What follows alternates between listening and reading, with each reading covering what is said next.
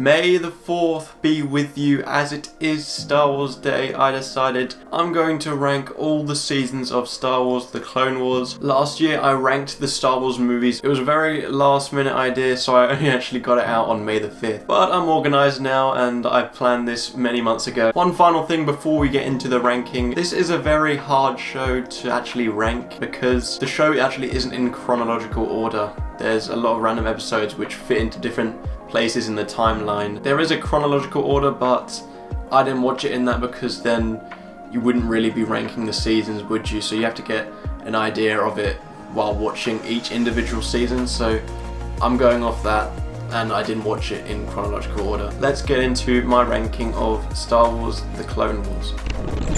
Coming in at 7th and last place is Season 1. You know, on most lists I do, the first season, it's never really top, but it's somewhere near the top because it's a good introduction. It gives a reason for it to continue going. Actually here, this is easily the weakest for me. It was a really inconsistent start to this show overall and was full of hit and misses. At the time I didn't enjoy it, but looking back to it now, I really hated the animation style for this season. The colours felt off, the characters didn't really feel like they had much life to them, and whenever they moved, it just didn't feel right. In a lot of shows they always have the main story, and then to fill up the season they have these filler episodes which don't really have any consequences for the show overall, just something to pass the time in that episode. And I don't mind that if they're really good episodes, but they're really inconsistent in this one. And when it constantly jumps from the main story, which is the interesting stuff, to these filler episodes which I didn't like,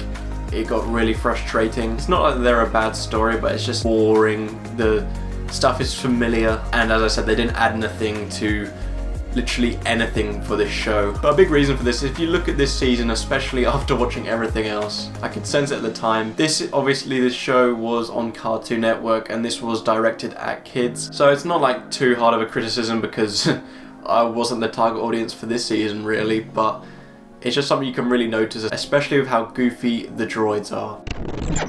Coming in at 6th place is Season 2. This season continues with the inconsistency of the first season, however, it does produce more entertaining episodes overall. But yeah, it's still really far from the best this show has presented. If you've seen all the Star Wars movies like I have before watching this, you know what's going to happen with all these characters, or most of them. So when they're put in certain situations which could threaten their life, you don't really care that much because you already know that they make it out of that alive. That's why you just don't really feel any real emotions for these first few seasons. But overall this season, the episodes are really repetitive. It just feels like there's either a rescue mission or just a big fighting sequence, and the only difference is that it's on a different planet. Other than that, it all does feel the same. However, this season does do a good job of progressing Ahsoka Tano's character from the first season.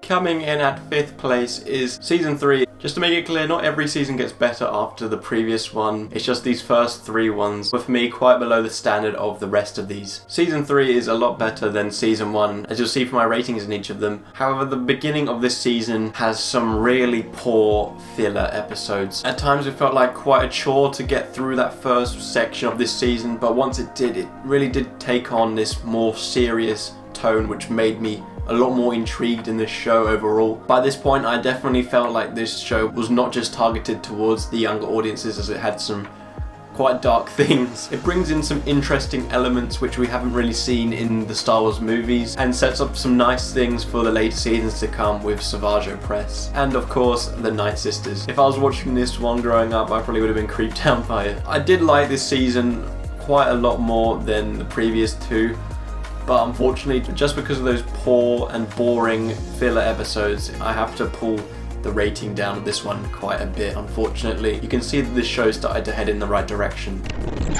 Coming in at 4th place is Season 6. In this season, you really start to see where it starts to tie into Revenge of the Sith. And once you did see those sort of things, it made you go, it's getting serious now. Those things being the microchips inside the heads of the clones, and as soon as I saw that, I was like, I know what that is. As you notice, I've mentioned the filler episodes a lot in these seasons, and they're one of the main things which have dragged the show overall down. But this season only has 13 episodes compared to the others which have 22, so it doesn't really have any filler episodes other than your annual Jar Jar Binks episodes, which weren't too good. But other than that, it can just focus on a developing story constantly instead of having to stop and start just for, you know, like a droid story. The animation was really slick and clean, a lot better than the first couple of seasons. The final episodes, they were good, don't get me wrong, but I can see why people were unsatisfied with its ending. It was logical to bring it back for an actual proper season which does tie off everything, because there was a lot of loose ends. But other than that, a really enjoyable season, short and sweet, and thankfully didn't include those boring filler episodes. Coming in at third place is Season 5. The continuing story of where Season 4 left off was brilliant throughout this season, but once again the momentum is kind of stopped during the middle of it with some of those filler episodes. I know I've said that more in this video than I ever had before in my life, but it's the harsh reality. But to be fair to them, we did get some of the best filler episodes than we've ever seen in this whole show. Like, some really interesting ones which actually mean something, stuff we haven't seen, like the young Padawans crafting their lightsabers and getting the crystals to do so. They're always entitled to at least one poor episode in this season, and they're normally the ones which focus on R2-D2 or C-3PO, both of them, and that's the case in this one. But I think that's more targeted for the younger audiences that still watch, because it's a bit of kid humour in it. I really enjoyed the Darth Maul and Death Watch storyline which went throughout this whole season, and I just thought they executed it really well. My friend who's a big Star Wars fan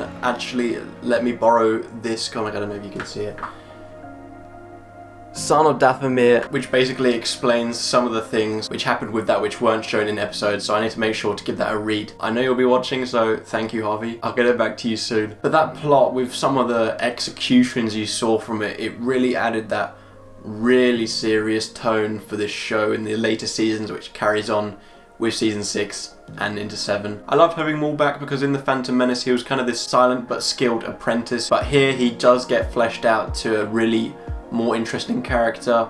In there he was cool, mysterious, but we didn't really know anything about him and he didn't really say much, but here we get to know him more. And leading into this finale, it provoked feelings that I'd never experienced while watching this show up until this point, where Ahsoka Tano leaves the Jedi Order, which actually for once made me really keen to keep watching this show, because all the other beginning seasons weren't too great.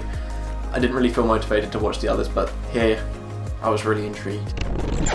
Coming in at second place is Season 4. After such a strong end to Season 3, Season 4 actually started quite poor, and I was disappointed because it kind of ruined the momentum. It took about 6 episodes to get past those poor episodes, but once it did, it produced some of the most consistently good episodes in an entire season. From the story of Krell and the troopers in battle, I found that really intriguing as it was something new and we got to see something more from the clones' perspective, rather having like Anakin or Obi-Wan with them. And after that we do get to see another interesting story where Obi-Wan fakes his death and goes undercover into a prison. Showed us once again a different side to some of the Star Wars stuff we'd seen thus far. Stuff like that really sticks in my mind rather than all the hundreds of battles we get to see. This is the season where I start to see a much better look of animation over the first couple of seasons, and in some senses it felt really cinematic. Overall, a really satisfying season after a poor start, which ends in,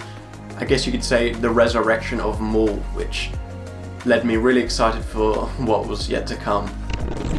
But easily coming in at first place for me was Season 7. This season being made 6 years after the previous season, and for me it was easily by far the best. It's not too much of a surprise as I said, there's a 6-year gap between making this season and the previous one, but the animation here is very, very good. The characters look like they generally have real emotions on their face, just the amount of detail put into it, and the fight scenes were fantastic because I knew they used motion capture for that. I mentioned the word cinematic in the previous entry, but here it's at an all-time high by far, as you really start to have ties into Revenge of the Sith, It gives you a new perspective of what actually happened with that rather than just seeing what happened in Revenge of the Sith. It adds so much more to what we had previously seen. Overall, that just improves that movie if you go back to watch it after seeing this. Even though you know the outcome of the majority of the characters by this point, leading up to it, you can just feel great tension. You feel attached to these characters. It fills in some nice gaps which Season 6 had left and expands upon the effect of Order 66. I haven't seen Rebels yet, but I know that Ahsoka Tano does continue into that show after the events of this, and since this was made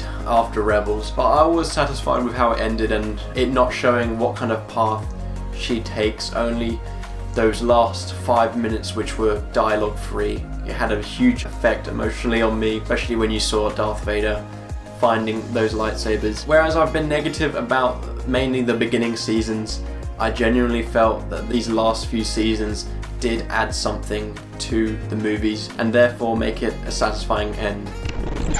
Let me know what your ranking would be down below. That includes you, Harvey. You better comment. And if you do want to see that Star Wars ranking, which I did last year on May the 5th, I'll leave a clickable card up in the corner here for you to go and see that. As it is Star Wars Day, Star Wars The Bad Batch does premiere today on Disney+, so I'll be starting to watch that today. And hopefully in a couple of months' time, whenever Book of Boba Fett comes out, which is probably around the time I'll do this video, a Star Wars TV show ranking. As I said, I still haven't watched Rebels yet, so I need to get through that, as well as finishing The Bad Batch and Resistance. I look forward to bringing that video to you once I've watched all of them. But anyways, I really hope you enjoyed today, and may the 4th be with you.